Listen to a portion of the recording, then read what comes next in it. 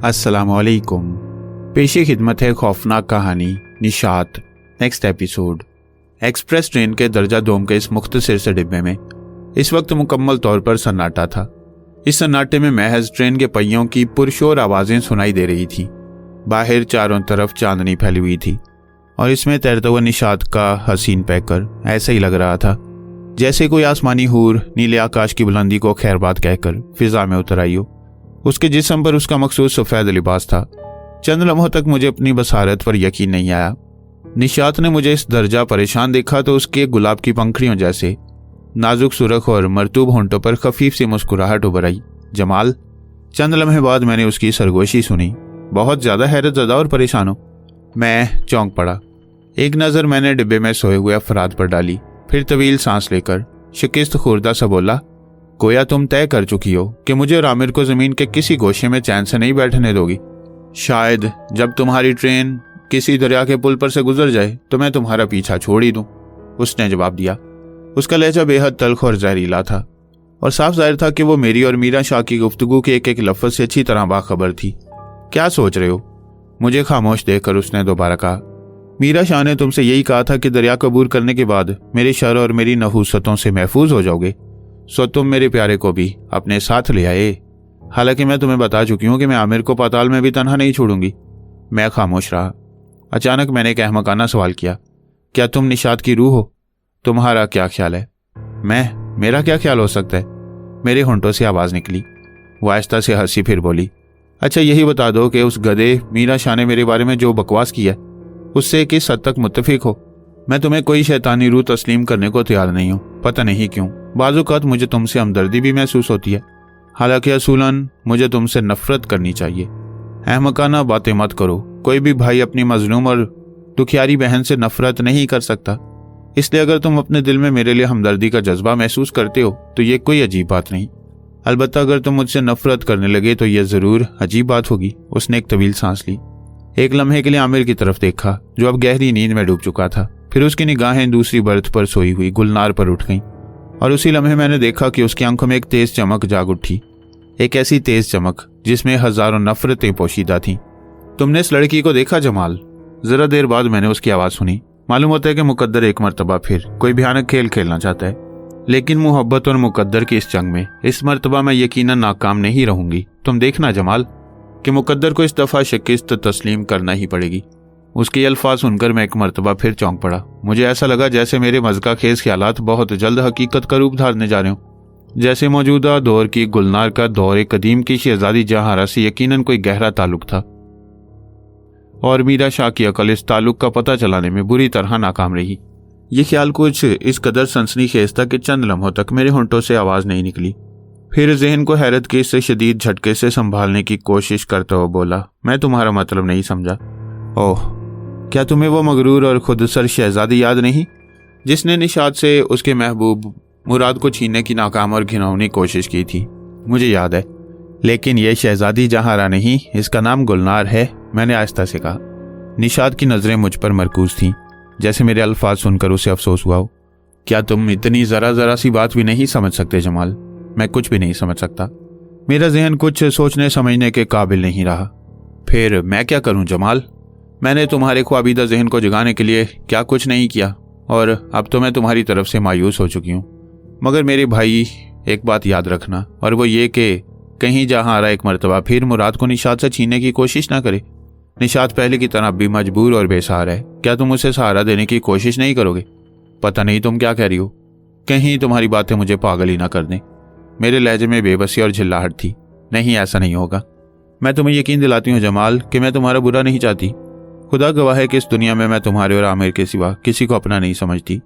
मगर मेरे दोस्त, वादा करो कि तुम आमिर को इस चुड़ैल के साए से भी दूर रखने की कोशिश करोगे। यह मेरी इल्तिजा है जमाल कि इसका मनहूस साया भी अपने दोस्त पर ना पड़ने देना। अगरचे मुकद्दरात अटल होती हैं और होनी को कोई नहीं टाल सकता, ताहम मैं इस मरतबा हर कीमत पर अपने महबूब को पा लेना चाहती हूँ।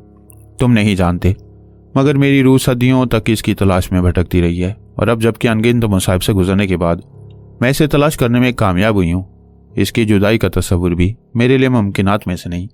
ये बातें तुम पहले भी कई मरतबा कह चुकी हो, लेकिन ये तुमने अब तक नहीं बताया कि आमिर किस तरह तुम्हारा हो सकता है। ये मैं इसलिए कह रहा हूँ कि तुम मुझे गोश्त पोस्ता से बनी हुई कोई लड़की नहीं मालूम होती। ऐसी सूरत में तुम इसे किस तरह हासिल कर सकोगी? मैं तुम्हें बताऊंगी। मुझे मालूम है कि हमारा मिलाप किस तरह हो सकता है। किस तरह हो सकता है? मुझे बताओ। हो सकता है कि मैं तुम्हारे किसी काम आ जाऊं, मैंने कहा। सच पूछे तो उस वक्त मेरे दिल की कुछ अजीब सी हालत हो रही थी।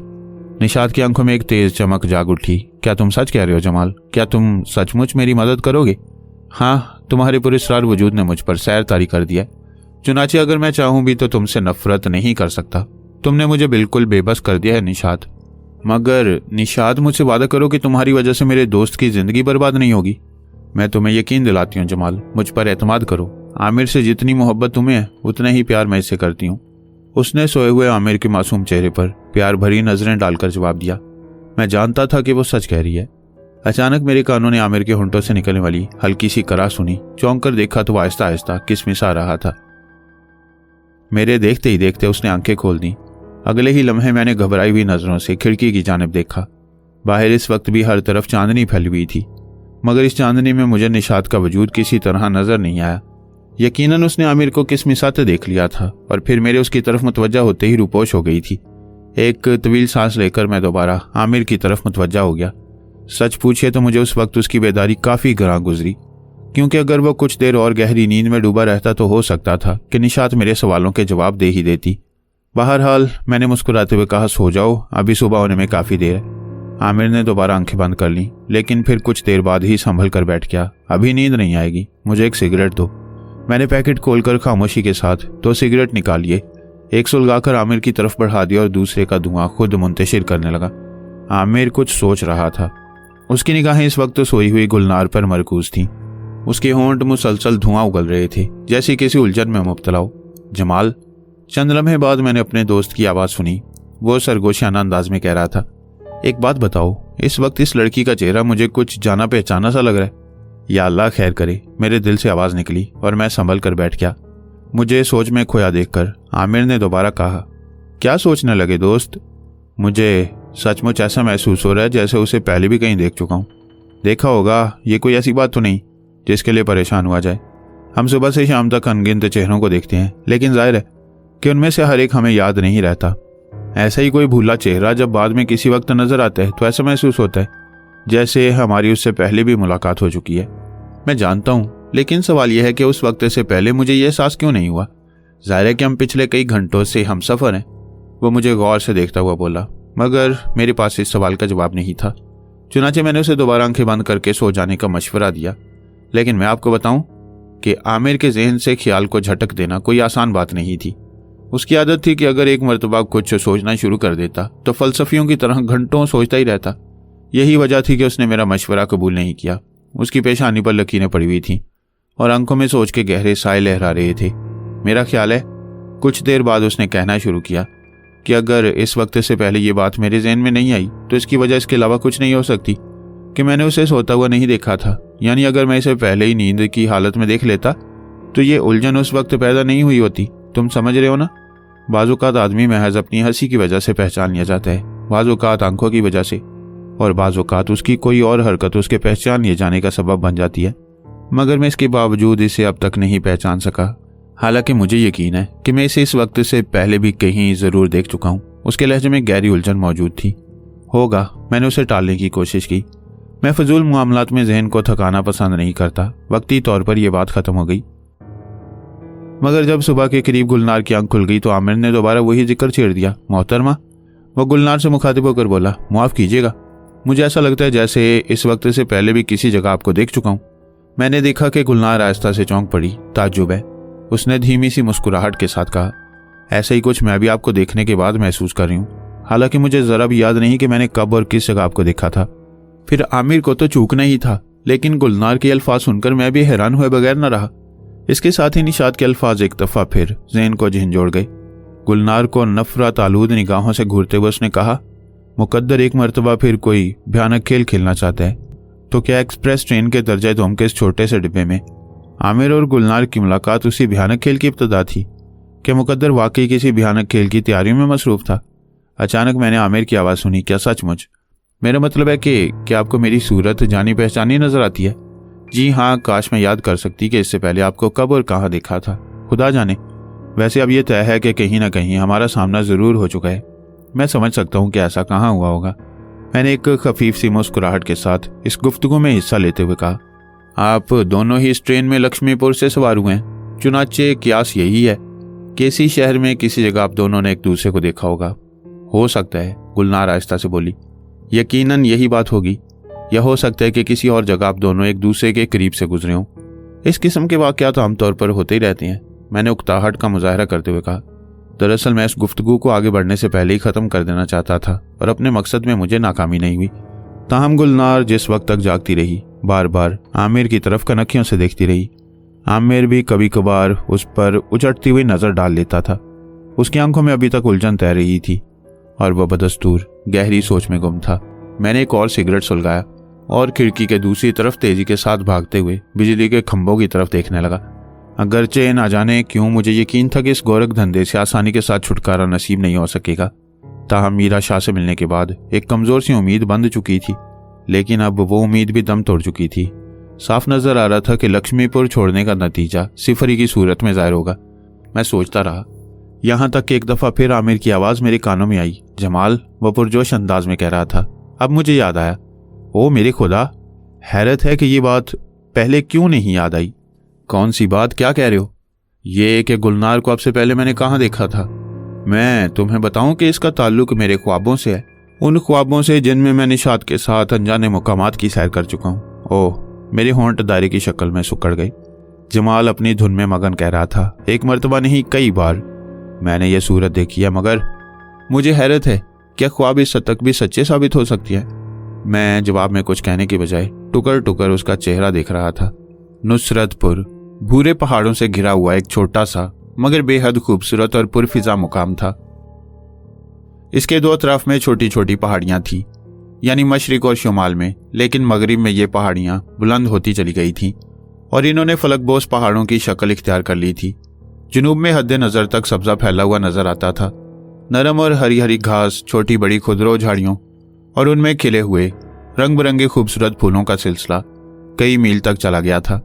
इसी सिमत यानी नुसरतपुर के जुनूब में शहर से कोई 4 मील के फासले पर एक खूबसूरत झील थी और उसके आगे कोई 3-4 मील परे वजीमो शान खंडरात थे, जिन्हें कोई 10 बरस पेशतर आसारी कदीमा वालों ने जमीन के सीने से बरामद किया था और जहां सदियों पहले अहमदनगर के पुरशिको महलात और मकानात मौजूद थे। माहिरीन के ख्याल के मुताबिक कभी इस जगह मुहज़्ज़ब, पढ़े लिखे और खुश मजाज लोगों की आबादी थी। सनती एतबार से वो यकीनन एक तरक्की पजीर कौम के अफराद थे और फ़नून सिपागरी में शायद ही कोई दूसरी कौम तो उनका मुकाबला कर सकती। इल्म तिब और जराहत में भी उन्होंने शानदार तरक्की की थी और फ़न तामीर में भी वो अपनी हमअसर अक़वाम को बहुत पीछे छोड़ गए थे। ये सारी मालूमात आसारी कदीमा वालों को खंडरात की खुदाई के दौरान हुई थी। एक अंदाजे के मुताबिक उनका ताल्लुक मौजूदा दौर से करीब करीब 1200 बरस पेशतर के दौर से था। यहाँ इतना और अर्ज करता चलूँ कि अहमदनगर के अजीमुशान खंडरात अब महकमा सियाहत की तहवील में थे और गैर मुल्की सियाहों की सहूलतों के पेश नज़र हुकूमत ने राहबरों की एक बड़ी तादाद वहाँ मामूर कर दी थी। दरअसल इन खंडरात में ज़ेर ज़मीन सुरंगों का एक जाल बिछा हुआ था और राहबरों की मौजूदगी से पहले कई मरतबा ऐसा हो चुका था कि गैर मुल्की सयाह सुरंगों के इस पेचीदा जाल में बुरी तरह उलझ कर रह गए थे। मगर आमिर को नुसरतपुर लाने की वजह महज वो खंडरात ही नहीं थे। खंडरात के अलावा भी वहाँ बहुत कुछ था। मसलन वो खूबसूरत झील जो अहमदनगर और नुसरतपुर के दरमियान वाक़ई थी, जहाँ गर्मियों में शाम के वक्त एक मेला सा लगा रहता था, और वो पहाड़ियाँ जिन्होंने मगरिब में सरबफलक पहाड़ों की शक्ल इख्तियार कर ली थी और जहाँ खड़े होकर पूरे नुसरतपुर और अहमदनगर का जायजा लिया जा सकता था। उन दिनों चूंकि मार्च का तीसरा हफ्ता चल रहा था और गर्मी की इब्तदा भी नहीं हुई थी, इसलिए मैं आसानी के साथ एक मुख्तसर सी इमारत के हसूल में कामयाब हो गया। ये पूरी इमारत संगे मरमर से बनी हुई थी, शुमाल के पहाड़ी सिलसिले पर मगरिब की तरफ और काफ़ी बुलंदी पर वाक़ई थी। इस तरह इसमें इनफरादियत तो ज़रूर थी, लेकिन ज़्यादा बुलंदी पर होने की वजह से इसे इस्तेमाल करना कोई आसान काम नहीं था। बिलाशुबह एक खूबसूरत और मुनफरिद इमारत थी। 450 मील के तवील सफ़र ने हमें बुरी तरह थका दिया था। चुनाचे फैसला किया गया कि उस रोज़ महज आराम करके ताज़ा दम हुआ जाएगा। आमिर इस सिलसिले में मुझसे पूरी तरह मुत्तफिक था। इसलिए जब हम दोनों नहा धोकर बड़ी हद तक थकन से निजात हासिल कर चुके तो मैंने ग्रैंड होटल फ़ोन करके दोपहर के खाने के सिलसिले में ज़रूरी हदायत दी। फिर 2 सिगरेट सुलगा कर एक आमिर की तरफ बढ़ा दिया और दूसरा खुद पीने लगा। दूसरी सुबह जब आमिर बेदार हुआ तो उसका चेहरा गुलाब के फूल की तरह खिला हुआ था। उसकी आंखों में मुसरत की ऐसी तेज चमक थी जैसे वो किसी बहुत बड़े खजाने का पता चलाने में कामयाब हो गया हो। जाहिर है कि उस वक्त मैं कई दिनों के बाद अपने दोस्त को इस कदर खुश और मसरूर देख रहा था, लिहाजा इस तब्दीली की वजह जानने की ख्वाहिश जरूर मेरे दिल में पैदा हुई। मगर इससे पहले कि मैं उससे कोई सवाल करता उसने खुद ही मुस्कुराते हुए कहा, आज शाम हम झील की सैर को चलेंगे। मैंने पूछा, ये सुबह सुबह और नींद से बेदार होते ही तुम पर झील की सैर का भूत क्यों सवार हो गया? क्यों, क्या मुझे तुम्हारे सामने अपनी इस ख्वाहिश का इजहार नहीं करना चाहिए था? उसने मुस्कुराते हुए सवाल किया। ये बात नहीं, मैंने जल्दी से जवाब दिया। मगर सुबह सुबह नींद से बेदार होते ही? ओह, आमिर आहिस्ता से हंस पड़ा। तो तुम इसलिए हैरान हो? लेकिन मेरे दोस्त, बात दरअसल यह है कि मुझे निशात ने झील की सैर की दावत दी है। निशात ने? मैं हैरत की ज्यादती से बड़े जोर से उछल पड़ा। निशात यहाँ कहाँ? तुम्हारा दिमाग तो दुरुस्त है। हाँ, तुम्हें मेरे जहनी तवाज़ुन की तरफ से परेशान होने की जरूरत नहीं। मैं बफजले खुदा बिल्कुल खैरियत से हूँ और तुम्हारी खैरियत खुदावंद करीम से नेक चाहता हूँ। दीगर अहवाल यह है कि मैंने हालत बेदारी में निशात को नहीं देखा। वो रात को ख्वाब में मुझसे मिलने आई थी और तुम जानते हो कि मेरे ख्वाब झूठे साबित नहीं होते। वैसे अर्ज करता चलूं कि यह झील मेरे लिए नई नहीं है और यह कि रात को मैंने पहली मर्तबा इसे ख्वाब में नहीं देखा। मैं एक तवील सांस लेकर रह गया।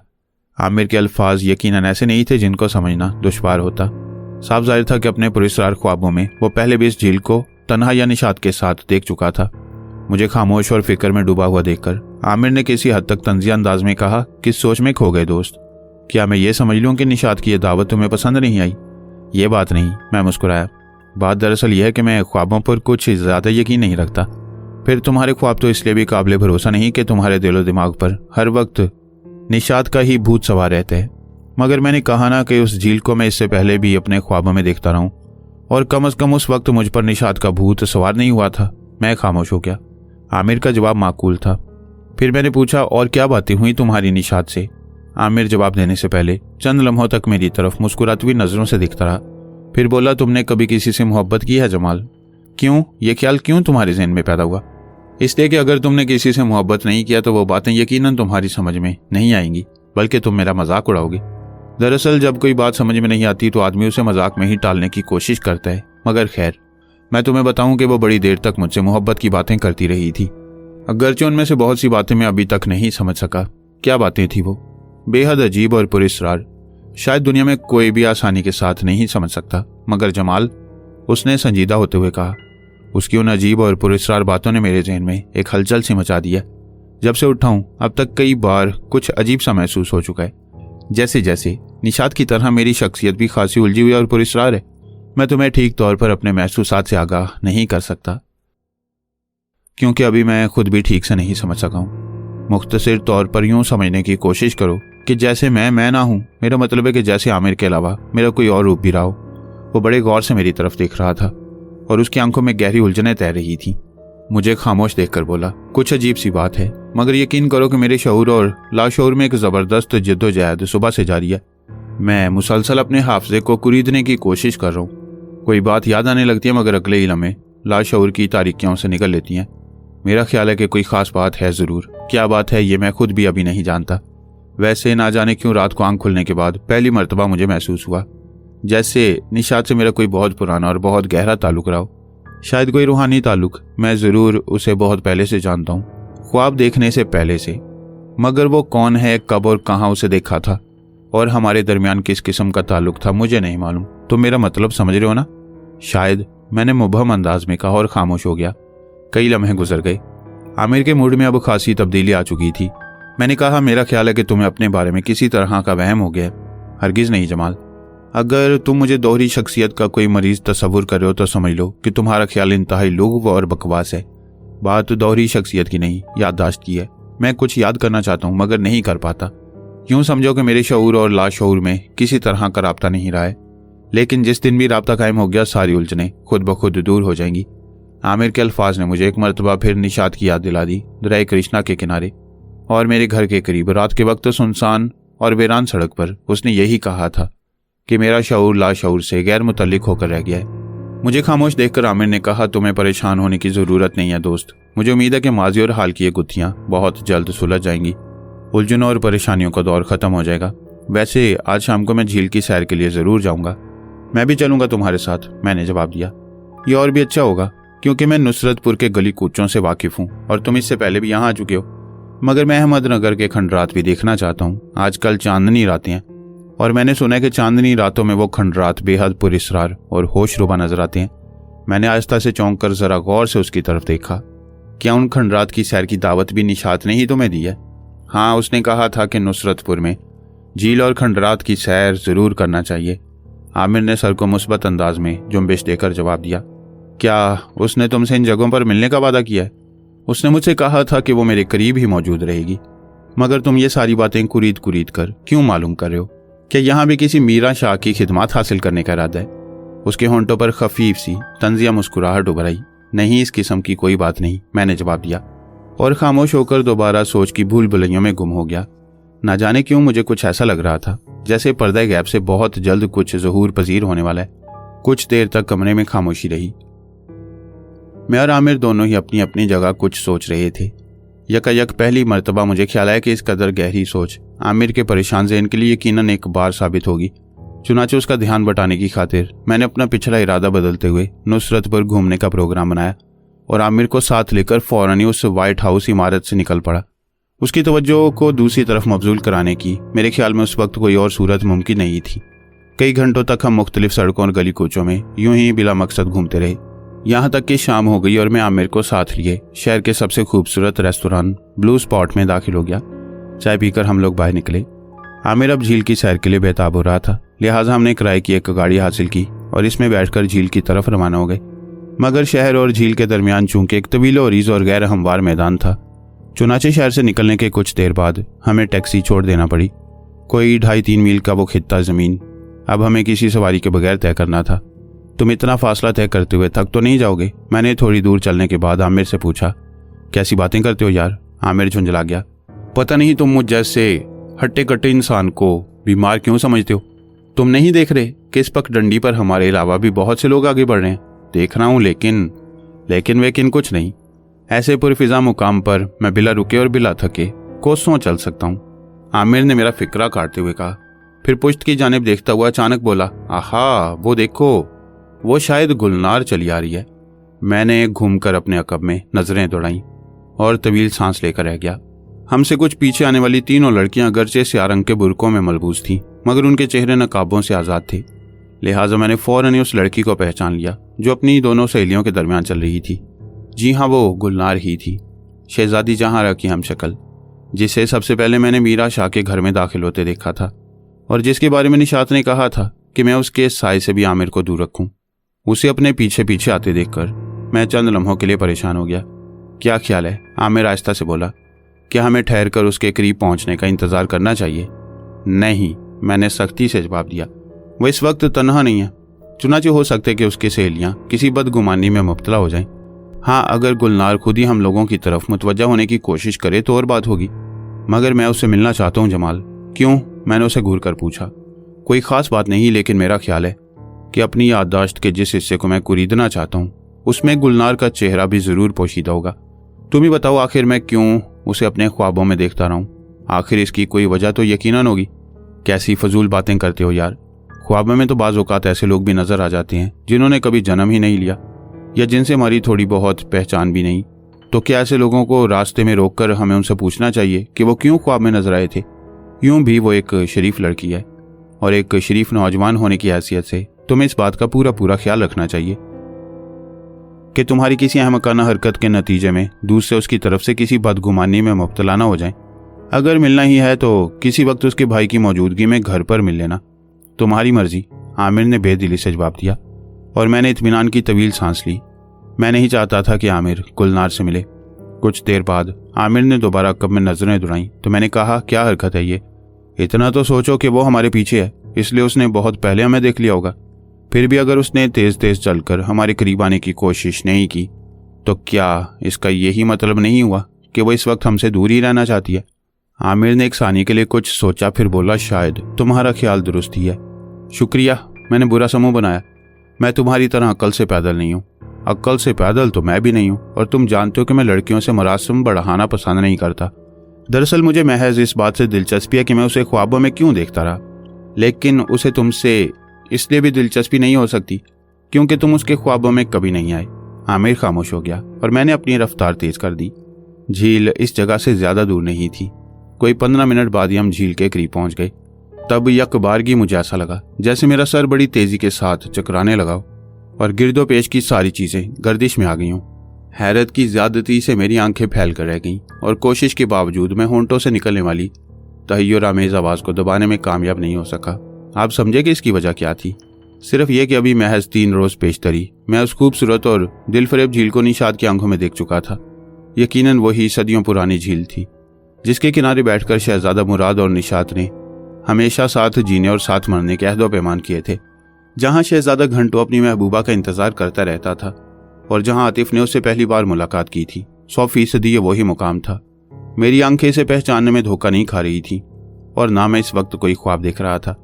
झील के सीने पर इस वक्त भी कमल के फूल तैर रहे थे। इसके एक जानिब ऊंची नीची भूरी पहाड़ियां थीं और इस तरफ पतली सी पगडंडी नजर आ रही थी जिधर से चलकर हम इस जगह तक पहुंचे थे। सब कुछ वही था, किसी एक चीज में भी कोई मामूली सी तब्दीली रूनमा नहीं हुई थी। हाँ, ये जरूर था कि उन दिनों जब मोहब्बत भरे 2 दिल इस झील के किनारे बेक वक्त धड़कते थे तो यहाँ इस कदर रौनक नजर नहीं आती थी। इसके बरक्स मुकम्मल खामोशी और सन्नाटे का राज रहता था। आमिर मुझे इस दर्जा मुतहय्यर देखकर खुद भी खासा हैरान था और बड़े गौर से मेरी सूरत देख रहा था। चंद सानिये बाद बोला, क्या बात है जमाल, तुम इस कदर हैरान और परेशान क्यों नजर आ रहे हो? नहीं तो, उसके अल्फाज सुनकर मैंने अपने आप को संभालने की कोशिश करते हुए जवाब दिया, मैं जरा भी परेशान नहीं हूँ। हाँ, थोड़ी सी हैरत जरूर है और वो इसलिए कि अब से 7 साल कबल मैं जब यहाँ आया था तो ये झील इस कदर खूबसूरत और दिल फरेब नहीं थी। ये बात मैंने कुछ इस तरह कही थी कि आमिर को खामोश हो जाना पड़ा। जमाल, अचानक मैंने अपने कानों में आमिर की आवाज सुनी। क्या बात है? मैंने आहिस्ता से चौंक कर पूछा। मैं इस झील पर पहले कभी नहीं आया, लेकिन ये मुझे जानी पहचानी सी लग रही है। आमिर के लहजे में उलझन थी। मैंने गौर से उसके चेहरे का जायजा लिया। अजीब आदमी हो। आखिरकार मैं उसे घूरता हुआ बोला, क्या तुमने खुद ही नहीं बताया था कि यह जगह तुम्हें मुतअद्दिद बार ख्वाब में नजर आ चुकी है? मैंने कहा था, लेकिन उस वक्त बात महज इतनी सी नहीं कि मैं ये जगह अपने ख्वाबों में देख चुका हूं, बल्कि वो उलझता हुआ बोला, मुझे ऐसा महसूस हो रहा है जैसे जीती जागती जिंदगी में भी इस झील से मेरा गहरा ताल्लुक रहा हो। जैसे अपनी उम्र का एक बड़ा हिस्सा मैंने इस झील के किनारे गुजारा हो, रात रात भर यहाँ शब्बेदारी की हो, किसी का इंतजार किया हो, कहाँ की आंक रहे हो। मैंने ज़हन को लगने वाले हैरत के शदीद झटके से खुद को संभालते हुए कहा, कुछ पागल तो नहीं हो गए? नहीं जमाल, आमिर ने बड़ी संजीदगी से जवाब दिया, मैं पूरी तरह सहीउल दिमाग और अपने होशो हवास में हूँ।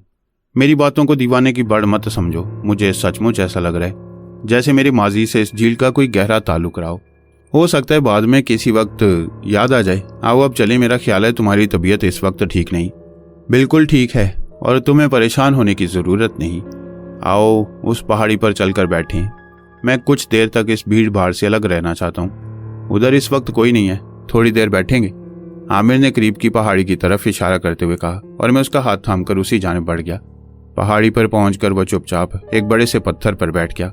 उसकी आंखों से इस वक्त भी उलझनों का इजहार हो रहा था। कई मिनट तक हम दोनों अपनी अपनी जगह पर बिल्कुल खामोश और गुमसुम बैठे रहे। फिर इससे पहले कि खामोशी का सिलसिला मुनक़ता होता, अचानक मुझे अपने नथनों में एक मसूरकुन और जानी पहचानी बू सरसराती महसूस हुई और मैं अपनी महवियत से बड़े जोर से चौंक पड़ा। चौंक कर अपने अतराफ में निगाहें दौड़ाई तो पहाड़ी पर दूर दूर तक अपने और आमिर के अलावा किसी और को ना पाया। मगर इसके बावजूद मुझे यकीन था कि मैं और आमिर अब इस जगह तन्हा नहीं रहे थे। निशात यकीनन किसी तरफ हमारे करीब ही मौजूद थी। चंद लम्हे बाद ही मैंने आमिर को भी अपनी तरह चौंकते देखा। उसकी आंखों में एक तेज चमक जाग उठी थी और वो चारों तरफ नजरें दौड़ाता हुआ गहरी गहरी सांसें ले रहा था।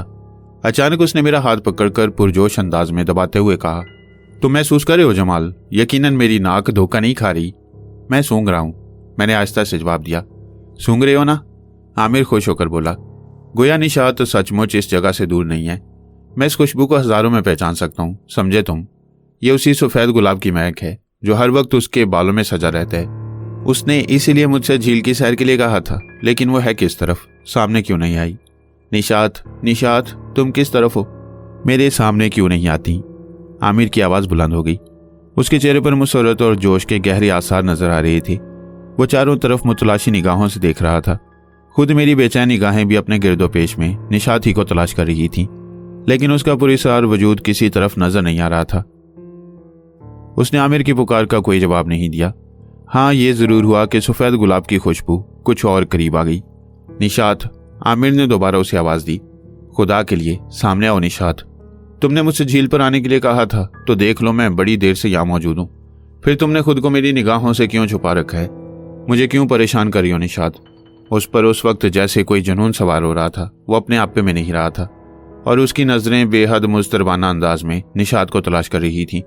मैं उसकी हालत देखकर घबरा गया। मुझे डर था कि इस वारफ्तगी के आलम में कहीं कोई गलत कदम ना उठा बैठे और कहीं झील के किनारे तफरीह करने वाले उसकी आवाज़ सुनकर हमारी तरफ मुतवज्जा ना हो जाएं, क्योंकि अगर ऐसा होता तो जाहिर है कि हम दोनों ही दूसरों की नज़रों में तमाशा बनकर रह जाते। आमिर, मैंने उसका बाजू पकड़कर सख्त लहजे में कहा, यह क्या हमाकत है? तुम यहाँ तन्हा नहीं हो और बहुत सारे लोग भी झील पर मौजूद हैं। हुआ करें।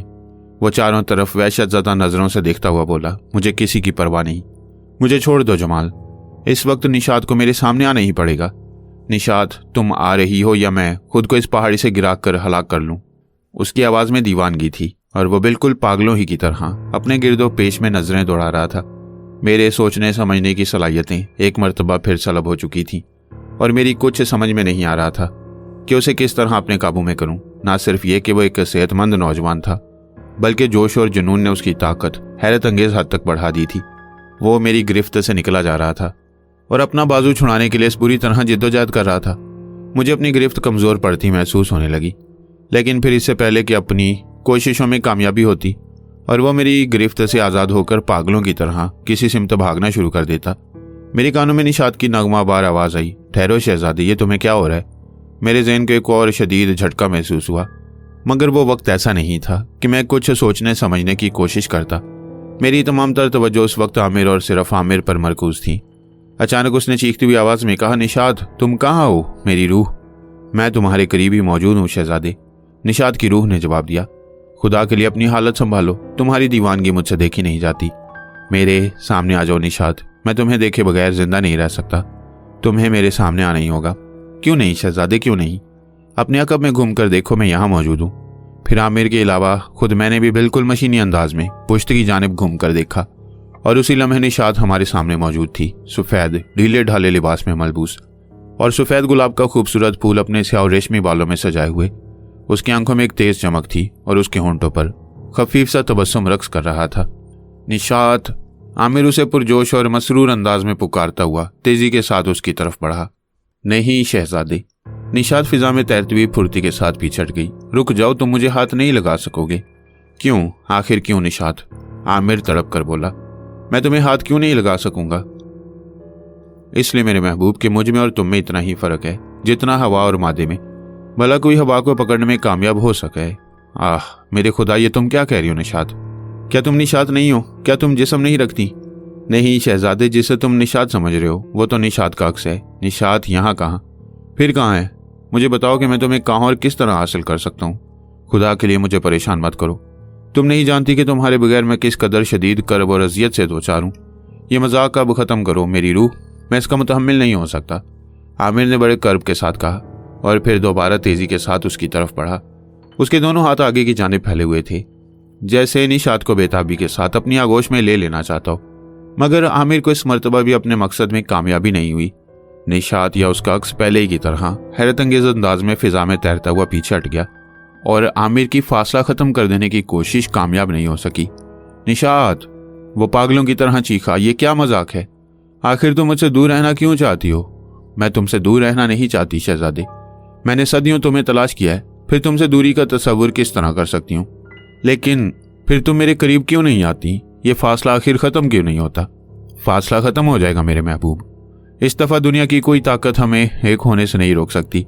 सदियों से तरसती हुई तड़पती हुई रूहों का मिलन होकर ही रहेगा, मगर इस तरह तुम मुझे कभी भी नहीं पा सकोगे। मुझे पाने के लिए तुम्हें इंतजार करना पड़ेगा। नहीं निशात, पिछले दिनों से मेरा दिला दिमाग काबू में नहीं है। तुम नहीं जानते कि तुम्हारी जुदाई का एक एक लम्हा मैं किस तरह गुजार रहा हूँ। ऐसा लगता है जैसे सदियां गुजर गई हों तुम्हें चाहते और प्यार करते, जैसे जन्म जन्म से मैं तुम्हारा दीवाना रहा हूँ और जैसे हमारी रूहें अजल से मोहब्बत की गैर मरई और नजर न आने वाली मजबूत और नाकाबिले तस्खीर जंजीरों में मरबूत हैं। खुदा के लिए मुझ पर रहम खाओ, वरना मैं पागल हो जाऊंगा। नहीं शहजादे, तुम पागल नहीं हो सकते। सब कुछ ठीक हो जाएगा, बस थोड़ा सा इंतजार और कर लो। इंतजार? आखिर ये तकलीफ दे कर्बनाक इंतजार किस रोज खत्म होगा? मुझे तो ऐसा लगता है जैसे सदियां गुजर गई हो तुम्हारा इंतजार करते। मैंने देखा कि निशात के होंठों पर एक धीमी सी मायने खेज मुस्कुराहट तैरने लगी। मैं तुम्हारी परेशानी और उलझनों को समझ सकती हूँ शहजादे। मैं वादा करती हूँ कि बहुत जल्द सारे असरार तुम पर मुनकशिफ हो जाएंगे। पता नहीं वो दिन कब आएगा, मगर ठहरो, तुम मुझे शहजादा क्यों कह रही हो? आमिर पहली मर्तबा चौंकता हुआ बोला, मेरा नाम आमिर है। नाम सिर्फ चेहरों को पहचानने के लिए होते हैं मेरे महबूब, नामों से शख्सियतें नहीं बदला करती। इसलिए अब तुम्हारा नाम ख्वाह कुछ ही हो और दुनिया चाहे तो मैं किसी भी नाम से पुकारे, मेरे लिए तुम शहजादा ही रहोगे। शहजादा मुराद, जिसने एक माली की लड़की को अपने मन मंदिर की रानी बनाया था और जो हर रात घंटों इस झील के किनारे टहल टहल कर उसका बेचैनी से इंतजार किया करता था। यही तो है वो झील जिसके करीब हाथों में हाथ डालकर हमने हमेशा साथ रहने के वादे किए थे और जहां हमारी मोहब्बत फूली फली थी। क्या तुम्हें कुछ भी याद नहीं शहजादे? ये तो वो झील है जिसके किनारे बैठकर तुम घंटों निशात से मोहब्बत की बातें करते रहते थे। याद करो, आखिर तुम इस खूबसूरत झील को किस तरह भूल सकते हो जिसके करीब तुम हर रात अपनी निशात का इंतजार किया करते थे। और झील से आगे अहमदनगर की वो अजीमुशान महलात, मकानात और खूबसूरत और कुशादा सड़कें। आज ये सब कुछ दुनिया की निगाहों के सामने मौजूद नहीं है। सड़कें तबाह हो गईं और महलात और दूसरी इमारतों ने मुनहदिम होकर खंडरात की शक्ल इख्तियार कर ली और वो खंडरात भी सदियों तक ज़ेरे ज़मीन दफन रहे और कोई न जान सका कि ज़मीन के किस्से पर कभी अहमदनगर के अजीमुशान और पुरशिको महलात आबाद थे। क्या तुम्हें कुछ भी याद नहीं है शहजादे? क्या इस झील को देखकर भी तुम्हें कुछ याद नहीं आया? क्या तुम भी मेरे भाई आतिफ की तरह हो गए हो, जो आतिफ से जमाल बनने के बाद अपनी इस बहन को भी याद नहीं रख सका, जिसकी खातिर उसने कभी हंसते खेलते फांसी के तख्ते पर चढ़ जाना कबूल कर लिया था? अब मैं आपको किस तरह बताऊं कि उस वक्त मेरा क्या हाल था? निशात के होंठों से निकलने वाले जुमले सनसनीखेज इंकशाफात की तरह थे, जैसे निशात के अल्फाज महज अल्फाज न हो और जैसे उन साहराना अल्फाज ने हम पर किसी तरह का जादू कर दिया हो। कई लम्हे इसी तरह गुजर गए और तब हमने दोबारा निशात की आवाज़ सुनी। किस सोच में खो गए शहजादे? वास्ता से चौंक पड़ा। तुम्हारी बातें मेरे लिए हैरत अंगेज और नाकाबिले फहम है। मैं जानती थी कि तुम्हारा जवाब यही होगा, मगर तुम्हें परेशान होने की ज़रूरत नहीं शहजादे। मुझे उम्मीद है कि बहुत जल्द तुम्हें सब कुछ याद आ जाएगा। खुदा जाने ये सब क्या चक्कर है और तुमने मुझे किस मखमसे में मुब्तला कर दिया है। कोई चीज़ मुझे याद आना चाहती है मगर मेरा शऊर उसे समझने के काबिल नहीं। ऐसा लगता है जैसे माजी के बहुत सारे वाक़यात पर कोई बहुत ही पुरस्कार और तारीख पर्दा पड़ा हुआ है।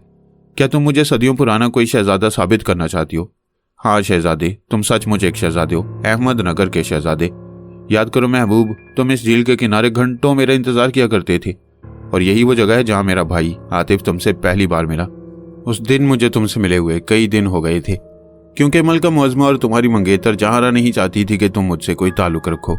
उन दोनों ने मेरे बूढ़े और कमज़ोर बाप और मेरे भाई आतिफ को अपने महल में तलब करके खूब डराया धमकाया था और नतीजे के तौर पर मुझ पर पाबंदियां आयद कर दी गईं।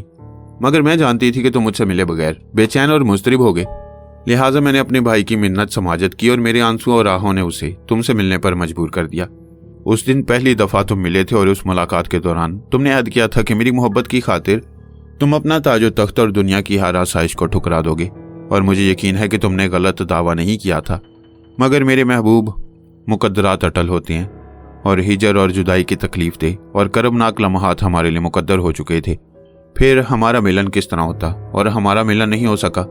जहारा बहुत बुरी तरह हसद और रकावत की आग में जल रही थी, लिहाजा जब उसके जासूस ने उसे तुम्हारी और आतिफ की मुलाकात का हाल बताया तो वह हासिद और मगरूर लड़की आपे से बाहर हो गई।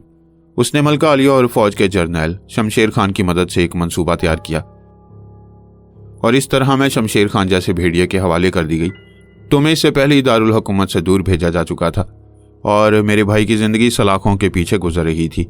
फिर कौन था जो एक कमज़ोर और मजबूर लड़की के आंसुओं की तरफ देखता और जिसके कान उसकी चीखों और सिसकियों को सुन सकते? निशात के होंठों पर एक तल्ख और करबनाक मुस्कुराहट उभर आई और आमिर ने बेचैन और बेकरार होकर बेताबाना अंदाज में पूछा, फिर क्या हुआ निशात? फिर तुम्हारी निशात ने मोहब्बत की चौखट पर अपनी जान कुर्बान कर दी, क्योंकि दरिंदगी और बरबरीत से निजात हासिल करने का कोई रास्ता नहीं रह गया था।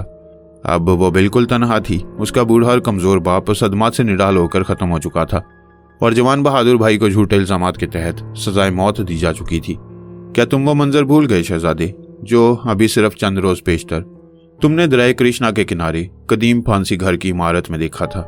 आखिर मैं तुम्हारी सोई हुई याददाश्त को किस तरह बेदार करने की कोशिश करूं शहजादे?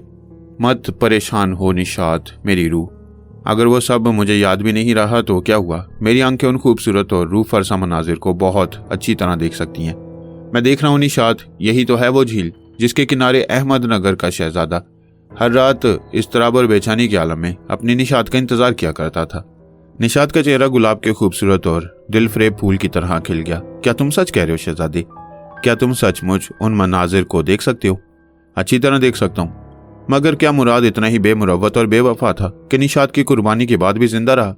मगर ठहरो, सबसे पहले मैं ये जानना चाहता हूँ कि उसने अपनी जानो दिल की मालिक को मौत के चुंगल से बचाने की कोशिश क्यों नहीं की? इसलिए मेरे महबूब के शहजादे के फरिश्ते भी इस गंदी और नापाक साजिश से बाखबर नहीं थे जिसे जहांआरा ने मलका आलिया और शमशेर खान के साथ मिलकर तैयार किया था। मेरा शहजादा उस वक्त दारुल हुकूमत से सैकड़ों मील दूर था जब आतिफ को फांसी दी गई और जब निशात ने जुल्म से छुटकारा हासिल करने के लिए मौत को गले से लगाया। वो इन हादसात के बाद अहमदनगर लौटा था और जब वो अहमदनगर लौटा तो जहांआरा और मलका ने उसे आतिफ की गद्दारी और निशात की बेवफाई की मन घड़त दास्तानें सुना दी। और मुराद ने इन मन घड़त दास्तानों पर यकीन कर लिया? नहीं, उसे निशात पर, अपनी निशात और उसकी वफा पर नाज था। फिर यह किस तरह मुमकिन था कि वो इन इल्जामात पर ईमान ले आता? उसने चीख चीख कर उसकी वफा और उसकी पाकीज़गी की कस्में खाईं और अलल ऐलान कह दिया कि निशात आवारा नहीं थी और उसे उसके किसी आशना ने कत्ल नहीं किया, बल्कि वह झूठे शाही वकार और जहांआरा के हसद की भीड़ चढ़ गई। और फिर देखते ही देखते उसकी हालत इस तरह बदल गई कि लोगों के लिए उसको पहचानना मुश्किल हो गया। उसने अपने आप को अपनी ख्वाबगाह में कैद कर लिया। हर वक्त उलझे हुए खुश्क बालों, बड़ी हुई दाढ़ी और वहशतज़दा चेहरे के साथ मुंह लपेटे पड़ा रहता। बादशाह और मलका के पैरों के नीचे से गोया जमीन निकल गई। उन्हें अगर मालूम होता कि हालात ये रुख इख्तियार करेंगे तो उनके नापाक ज़हनों ने वो घिनौनी साजिश कभी तरतीब ना दी होती। मगर अब वक्त गुजर चुका था और शहजादी की खुशियां किसी तरह वापस नहीं लाई जा सकती थीं। आखिरकार लोगों के मशवरे से यह तय पाया कि शहजादे की शादी कर दी जाए। जहांआरा ने यह सुना तो उसके दिल की बरसों पुरानी उम्मीद भर आई, मगर शहजादे को तो उसके तस्वुर ही से नफरत थी। फिर वो उसे अपनी शरीके हयात की हैसियत से किस तरह कबूल कर लेता? चुनांचे उसने साफ और वाज़ेह अल्फाज में ऐलान कर दिया कि वो जान दे देगा लेकिन शादी नहीं करेगा। और फिर उसने सचमुच शादी नहीं की। नहीं, उसे शादी करना पड़ी, क्योंकि अगर वो ऐसा ना करता तो मलका खुदकुशी कर लेती। मगर उसने जहांआरा से इज़्दवाजी ताल्लुकात कभी कायम नहीं किए। वो शहजादे की बीवी होने के बावजूद उसके कुर्ब और उसकी मोहब्बत के लिए तड़पती रही। उसके ज़हन से निशात का ख्याल निकालने के लिए उसने हर वो हरबा आजमाया जो एक जवान और हसीना औरत आजमा सकती है, लेकिन उसका हर हरबा नाकाम रहा, क्योंकि जिस्म सिर्फ जिस्म ही का बदल हो सकता है, दिल और रूह का नहीं। और शहजादे को निशात के जिस्म से नहीं, उसके दिल और रूह से मोहब्बत थी। फिर उसे ज़िंदगी की आखिरी सांसों तक मोहब्बत निभाने के वो वादे भी याद थे जो उसने आसमान पर चमकते हुए चांद और सितारों को गवाह बनाकर झील के किनारे अपनी निशात से किए थे। और वो वफाशनास आखिर तक उन वादों पर कारबंद रहा। जहांआरा शहजादी की जिंदगी के आखिरी लम्हों तक उसके कुर्ब और उसकी मोहब्बत के लिए तरसती रही, निशात ने बताया। फिर अचानक पहाड़ी की ढलवान की तरफ देखते हुए उसने कहा, अब मैं जा रही हूँ शहजादी, कुछ और लोग इस तरफ आ रहे हैं, मेरा यहाँ ठहरना मुश्किल है। मैंने मुड़कर देखा, सचमुच 3 नौजवान लड़के और 3 लड़कियां इस तरफ चली आ रही थी, मगर अभी वो हमसे काफी दूर थे। अभी मत जाओ निशात, कुछ देर तो रुको, अभी तो मैंने तुमसे कुछ भी नहीं कहा। आमिर चंद कदम आगे बढ़कर निशात के बिल्कुल करीब पहुंच गया। रुक जाओ शहजादे, निशात जल्दी से बोली, अब और करीब आने की कोशिश मत करना, तुम मुझे छू नहीं सकोगे। क्यों नहीं छू सकूंगा? आखिर क्यों नहीं छू सकूंगा? इसलिए मेरे महबूब कि तुम्हारी नजरों के सामने इस वक्त जीती जागती निशात नहीं, सिर्फ उसका अक्स है। निशात तुम्हें इस तरह नहीं मिल सकेगी। फिर किस तरह मिल सकेगी? आखिर तुम मुझे कुछ बताती क्यों नहीं? बता दूंगी, सब कुछ बता दूंगी शहजादे। मैंने पहले भी तुमसे कभी कुछ नहीं छुपाया। अपनी निशात पर एतमाद करो, मुझे तुम पर अपने आप से ज्यादा एतमाद है मेरी रूह। मुझे यकीन है कि अभी जो कुछ तुमने मुझसे कहा वो हरफ पर हरफ दुरुस्त था। मगर निशात, यकीन करो कि अब मैं तुम्हारे बगैर किसी तरह जिंदा नहीं रह सकता। तुम्हें बताना ही पड़ेगा कि मेरी खोई हुई मोहब्बत मुझे किस तरह मिल सकती है। तुम अपनी खोई हुई मोहब्बत को हासिल कर चुके हो शहजादी, और तुम्हारी निशात भी तुम्हें मिल जाएगी, मगर उसके हसूल के लिए तुम्हें बेशुमार तकलीफों और मुसीबतों से गुजरना पड़ेगा। निशात का मिलना अब आसान मत समझो, बड़ी मुसीबतें उठाने के बाद तुम उसे हासिल कर सकोगे। मैं हर तकलीफ और हर मुसीबत का मुकाबला करने के लिए तैयार हूँ निशात, खुदा के लिए कुछ तो बता दो मुझे। अभी नहीं, मैं जानती हूँ कि मेरी खातिर तुम मौत के मुंह में छलांग लगाते हुए भी किसी हिचकिचाहट का मुजाहरा नहीं करोगे, लेकिन शहजादे, हर काम के लिए एक मुनासिब वक्त होता है और वह वक्त अभी नहीं आया। बस थोड़ा सा इंतजार कर लो। इसके बाद मैं तुम्हें सब कुछ बता दूंगी, ये मेरा वादा है। और तुम्हारी निशात झूठे वादे करना नहीं जानती। फिर जरा रुककर और निगाहों से आमिर के चेहरे की बलाएं लेते हुए उसने कहा, यकीन करो कि बहुत जल्द तुम्हें सब कुछ मालूम हो जाएगा। अनकरीब तुम जान लोगे कि मैं तुम्हें दुनिया के किस गोशे में और किस तरह मिल सकती हूँ। उसका आखिरी जुमला सुनकर मैं आहिस्ता से चौंके बगैर नहीं रहा, मगर आप समझ सकते हैं कि वो वक्त इन अल्फाज पर गौर व फिक्र करने का हरगिज नहीं था। मेरी आंखें अभी तक निशात के मासूम और साहिराना चेहरे पर मरकूज थीं और मेरे कान बराबर उसकी आवाज़ सुन रहे थे। मेरे दिली जज्बात व एहसासात से यकसर बेखबर वो अपनी बड़ी बड़ी साहिराना आंखों को आमिर के परेशान चेहरे पर मरकूज किए कह रही थी, तुम जरा भी मत घबराओ शहजादे, मैं तुम्हें दीवानों की इसी हालत में नहीं देख सकती। मुझसे वादा करो कि आइंदा कभी भी अपने आप पर वहशत और दीवानगी मुसल्लत नहीं होने दोगे। वादा करो शहजादे।